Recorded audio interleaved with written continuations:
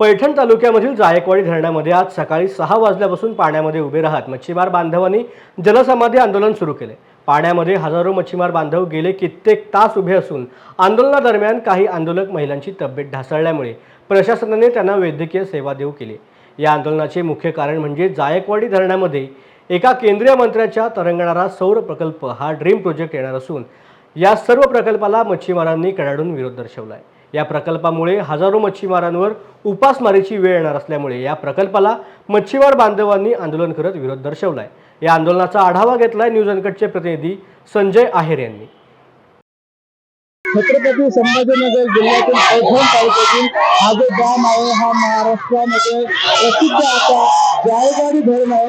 या धरणामध्ये मासेमारी व्यवसाय करणारे जे समाज आहे त्या समाजाद्वारे आज इथे आंदोलन करताना आता दिसत आहे। आज सकाळच्या 6 वाजेपासूनच या धरणामध्ये मासेमारी बांधव मोठ्या संख्येने इथे उपस्थित आहेत आणि त्यांच्याद्वारे हे आंदोलन करण्यात येत आहे। या आंदोलनाचे मुख्य कारण म्हणजे इथे जे केंद्रीय मंत्री भागवत कराड यांनी एक ड्रीम प्रोजेक्ट आणला आहे। तो तरंगत्या पाण्यावरती सौर ऊर्जा प्रकल्प आहे। त्यामुळे ह्या समाजाचे जे मासेमारीचा व्यवसाय आहे त्यावर काही विपरीत परिणाम होणार आहे। त्यामुळे इथली जे मासेमारी करणारे जे व्यावसायिक आहे ते समाज बांधव आहेत त्यांचा हा कडाडून विरोध इथे या घटना होत आहे।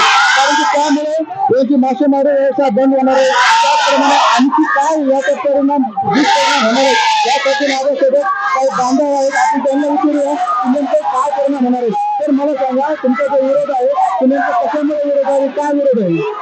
मला केंद्र सरकारकडून हजारो कोटीची मच्छीमारांसाठी घोषणा केली जाते। बजेटमध्ये ते घोषणा झालेली आहे। मागच्या वेळेस 20,000 कोटी दिलेले होते। प्रधानमंत्री मत्स्य संपदा योजनेतून मच्छीमारांसाठी फार मोठे योजना राबवल्या गेलेल्या आहेत। पण जर एवढ्या योजना केंद्र सरकारकडून सुविधा दिल्या जातात, योजना दिल्या जातात आणि जर सौर ऊर्जा प्रकल्प सारखं जर अशा मोठ्या धरणांवर प्रकल्प झाले तर त्या प्रकल्पामुळे मच्छीमारच नसते नाबूद होणार आहे। त्यांचं मच्छीमारी हा अस्तित्वच राहणार नाही। त्याच्यामुळे त्याचा एवढा मोठा दुष्परिणाम आहे की सौर ऊर्जा प्लेट टाकल्यानंतर त्याचं पाणी दूषित होणार, त्याच्यामुळे पर्यावरणावर सगळे रोगराई पसरल्यानंतर त्या रेडिएशनमुळे त्या सौर ऊर्जा प्रकल्पाच्या 100% रेडिएशन तयार होणार। त्याच्यामुळे ते पाण्यात परिवर्तित होणार,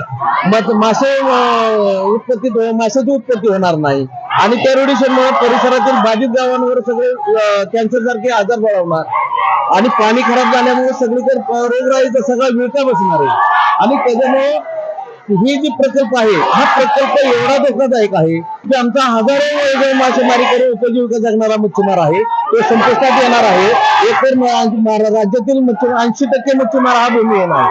मासेमारी करणे ह्याच्यावर उदरनिर्वाह चालणं, त्याची आर्थिक, सामाजिक आणि शैक्षणिक परिस्थिती ही फक्त मासेमारीवर अवलंबून असल्यामुळे आम्हाला सरकार प्रतिनिधी म्हणून सरकारला आमचं विनंती आहे की अशा प्रकारचे प्रकल्प किंवा अशा प्रकल्पाचं 1-2 माणसं कोणी असणं करणारे लोकांच्या ह्याच्यासाठी हजारो लोकांचे प्रपंच उद्ध्वस्त करू नयेत आणि हा प्रकल्प असा तत्काळ रद्द करावा आणि राज्यात कुठल्याही प्रकारचे इथून पुढे प्रकल्प राबवण्याची योजना आणू नये। यांचं स्पष्ट म्हणणं आहे की हा प्रकल्प रद्द करण्यात यावा। माझ्यासोबत अजूनही काही आंदोलक आहेत, आपण त्यांना विचारू।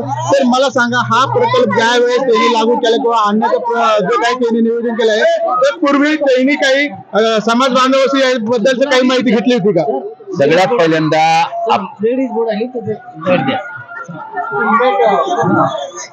या ठिकाणी या जलसमाधी आंदोलनामध्ये अनेक महिला बुडत आहेत, अनेक लोक जे आहेत ते नाकातोंडात पाणी गेल्यामुळे त्रास सोसावा लागतोय।